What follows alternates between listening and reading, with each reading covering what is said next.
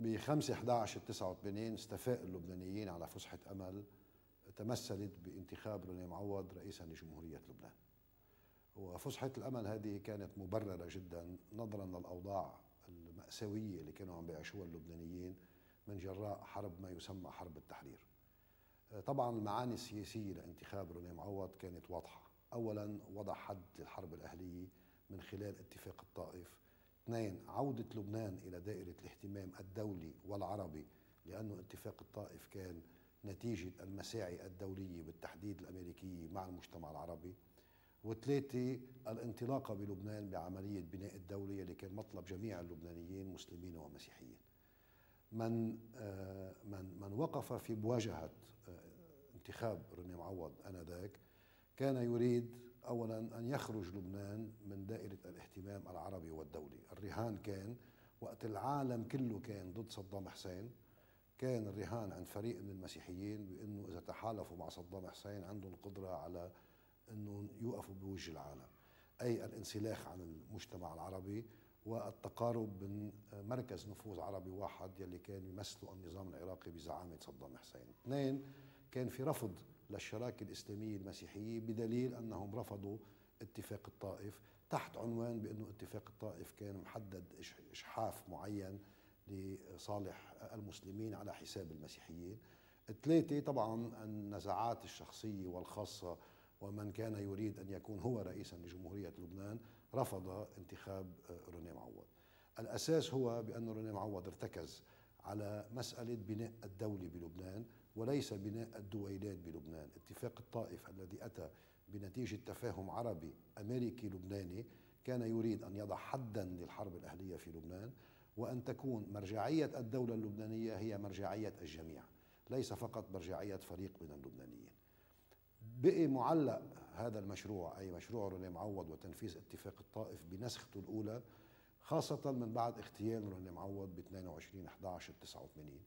ومن أراد اغتيال روني معوض أراد تعليق مشروع بناء الدولة في لبنان.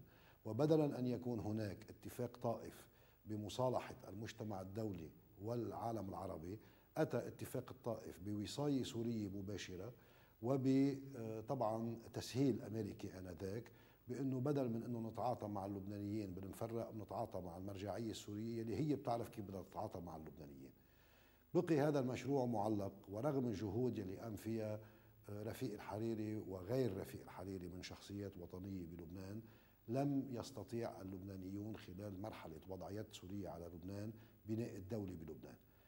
انتفاضة الاستقلال مع اغتيال الرئيس رفيق الحريري اللي هو الرمز الثاني لاتفاق الطائف، إذا كان الرمز المسيحي لاتفاق الطائف روني معوض، الرمز الإسلامي لاتفاق الطائف هو رفيق الحريري. مع اغتياله ب 14 شباط 2005 اندلعت ثورة الأرز وانتفاضة الاستقلال يلي قالوا فيها من خلال اللبنانيين نحن نريد أولا استقلال لبنان، اثنين نريد بناء دولة الاستقلال، دولة الاستقلال الذي حلم بها روني معوض ومن ثم حاول أن ينفذها رفيق الحريري، وكانت الإعاقة السورية إعاقة واضحة. اليوم نحن أمام مرحلة جديدة، مشروع روني معوض لا يزال قائما وهو مشروع بناء الدولة. مشروع رفيق الحريري واتفاق الطائف لا يزال قائما لأنه يجسد المناصفة الإسلامية المسيحية في لبنان، ويجسد خاصة مرجعية الدولة لجميع اللبنانيين، أن لا يكون هناك أي شرعية خارج إطار شرعية الدولة اللبنانية، أي سلاح خارج إطار سلاح الجيش اللبناني. والمعركة التي تستمر اليوم من خلال 14 أذار ومن خلال ثورة الأرز هو تثبيت وتجسيد الأحلام يلي حلموا فيها أكان روني معوض بال89 وأكان رفيق الحريري بالعام 2005. الواقع هو بأنه هناك سلاح خارج إطار الدولة بلبنان يعرقل عملية قيام الدولة في لبنان، وأعتقد بأنه البترك الماروني هو الذي أعطى أوضح صور للإشكالية اللي عم نعيشها بلبنان. هل هناك، السؤال المطروح اليوم، هل هناك فعلا إمكانية المساكنة بين السلاح الغير شرعي وبين بناء الدولة بلبنان؟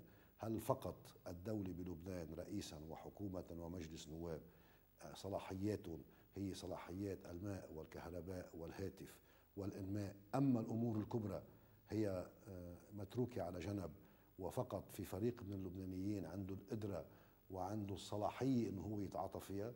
هل هذا الوضع قابل للاستمرار؟ طبعا لا، هذا الوضع غير قابل للاستمرار.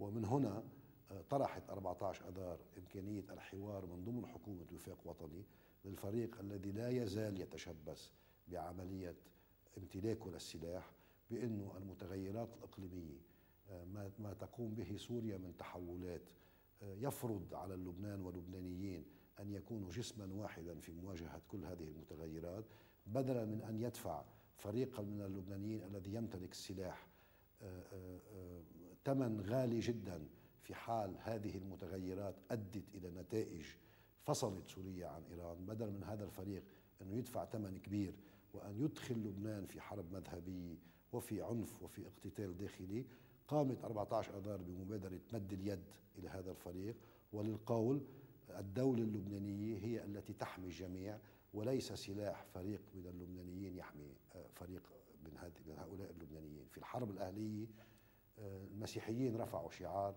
أمن المجتمع المسيحي فوق كل اعتبار، ما أدى إلى نتائج. اليوم في فريق آخر عم يرفع أيضا شعار أمن المجتمع الشيعي فوق أي اعتبار، لا يؤدي إلى أي نتائج. فقط الدولة اللبنانية، فقط تنفيذ اتفاق الطائف هو الذي يؤمن ضماني لجميع الطوائف في لبنان، وأيضا ضماني لجميع المواطنين في لبنان أكانوا مسلمين أو مسيحيين.